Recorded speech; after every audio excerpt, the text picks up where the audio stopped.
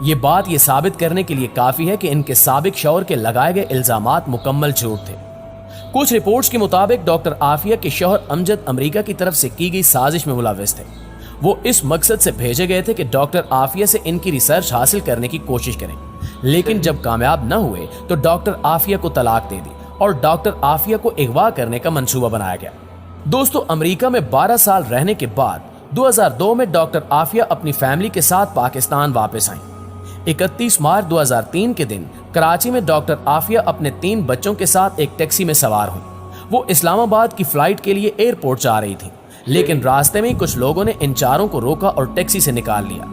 اگلے 5 سال یعنی 2008 تک وہ سب غائب رہے۔ 2008 میں امریکی اداروں کی طرف سے ڈاکٹر عافیہ کے گھر والوں سے رابطہ کیا گیا اور ڈاکٹر عافیہ کے بڑے بیٹے احمد کو ڈاکٹر عافیہ کے گھر والوں کے حوالے کر دیا گیا۔ اس کے بعد سے وہ اپنی خالہ ڈاکٹر فوزیہ اور اپنی نانی کے ساتھ رہتا ہے۔ اس کے بعد 2010 میں ڈی این اے ٹیسٹ کے بعد ڈاکٹر عافیہ کی بیٹی مریم کو ڈاکٹر فوزیہ کے حوالے کر دیا گیا۔ ڈاکٹر عافیہ کو افغانستان میں بگرام ڈیٹینشن سینٹر میں رکھا گیا تھا۔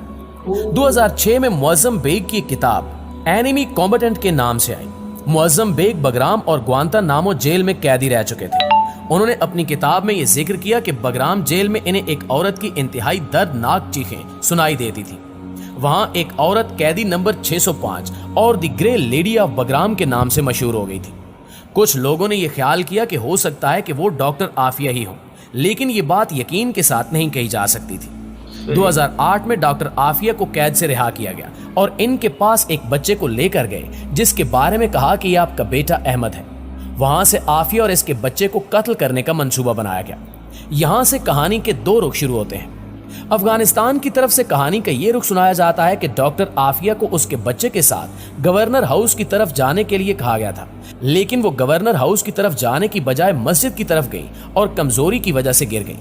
جبکہ دوسری طرف امریکہ کی طرف سے یہ بیان دیا جاتا ہے کہ ان کے فوجیوں کے پاس یہ خبر تھی کہ ایک دہشت گرد عورت آئے گی جو دیکھنے میں بہت کمزور لگے گی لیکن بہت خطرناک ہے، اس کے ساتھ ایک بچہ بھی ہوگا۔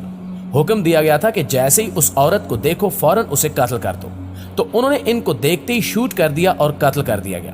یہ ایک جھوٹی خبر تھی جو یقیناً ان کے گھر والوں اور پاکستانی قوم کے لیے بہت تکلیف دے رہی۔ ڈاکٹر عافیہ پر الزام لگایا گیا کہ انہوں نے امریکہ کے فوجی افسروں پر قاتلانہ حملہ کرنے کی کوشش کی ہے، جبکہ عینی شاہدین کے مطابق عافیہ اتنی کمزور حالت میں تھی کہ مسجد کی دیوار کے قریب گر گئی تھی۔ دوستو، سوال یہ ہے کہ اس حالت میں انہوں نے فوجی افسروں پر حملہ کیسے کیا؟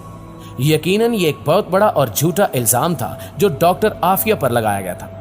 2010 میں امریکی عدالت میں سماعت ہوئی اور ڈاکٹر عافیہ کو کورٹ میں پیش کیا گیا۔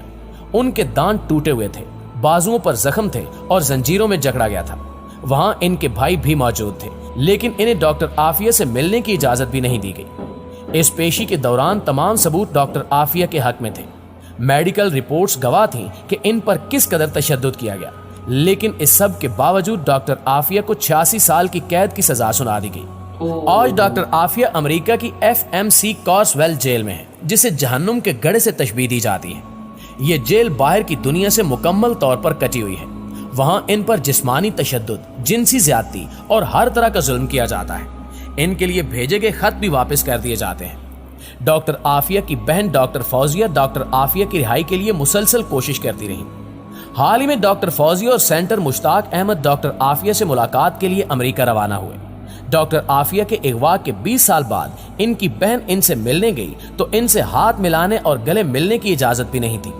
کمرے کے ایک حصے میں قوم کی بیٹی ڈاکٹر عافیہ تھی اور دوسری طرف ڈاکٹر فوزیہ، سینٹر مشتاق احمد اور ان کے وکیل۔ درمیان میں شیشے کی دیوار تھی۔ اللہ تعالیٰ ڈاکٹر عافیہ کی رہائی اور وطن واپسی کے لیے کی جانے والی کوششوں کو کامیاب کرے اور ہمیں اپنے عظیم لوگوں کی قدر کرنے والا بنا دے، آمین۔ یہ تھی آج کی ویڈیو۔ مطلب ہماری قوم کے ہیرو، ہماری قوم کی بیٹیاں جو کبھی کبھار ایک معجزہ ہو کے جنم لیتی ہیں اس پاکستان کی دھرتی پر، اور پھر اگر وہ کچھ ایسا کارنامہ کر لیتی ہیں تو ان کو گمنام کر دیا جاتا ہے۔ یہ اچھی بات نہیں ہے۔ پاکستان کے لیے وہ بہت ایک بڑا ریسرچ لے آنے والی تھی، لیکن پاکستانی کیا کر رہے ہیں، پاکستانی حکمران کیا کر رہے ہیں، ہمارے PM جو عمران خان اور کافی سارے ایسے مور سیاستدان، ان سب سے اپیل ہے کہ اس بات پر غور کریں کہ کیا ہو رہا ہے، کیا نہیں ہو رہا ڈاکٹر عافیہ صدیقی کے بارے میں۔ آپ کے تو بڑے تعلق ہیں، کیونکہ کنٹری وائز اگر ہم دیکھیں تو حکمران ہی دوسرے ملکوں کے حکمران کو زیادہ جانتے ہیں، ان کی زیادہ چلتی ہے، تو یہ عوام سے زیادہ لیڈروں پر ڈپینڈ کرتا ہے کہ وہ کیا کرتے ہیں پاکستان کے لیے۔ امید کرتا ہوں آپ سب کو یہ ویڈیو پسند آئی ہوگی۔ یہ ویڈیو شیئر کریں اپنے فرینڈ کے ساتھ، اپنے ایسے دوستوں کے ساتھ جو سمجھدار ہیں، مطلب مور شیئر کریں وہ اپنے ریلیٹیوز کے ساتھ، بغیر کسی ویسٹیج آف ٹائم کی ویڈیو کو کر رہے ہیں۔ آپ کا بہت سارا ٹائم لیا، اس کے لیے معذرت۔ اپنا بہت سارا خیال رکھیے گا، اپنی فیملی کا بہت سارا خیال رکھیے گا۔ اللہ حافظ۔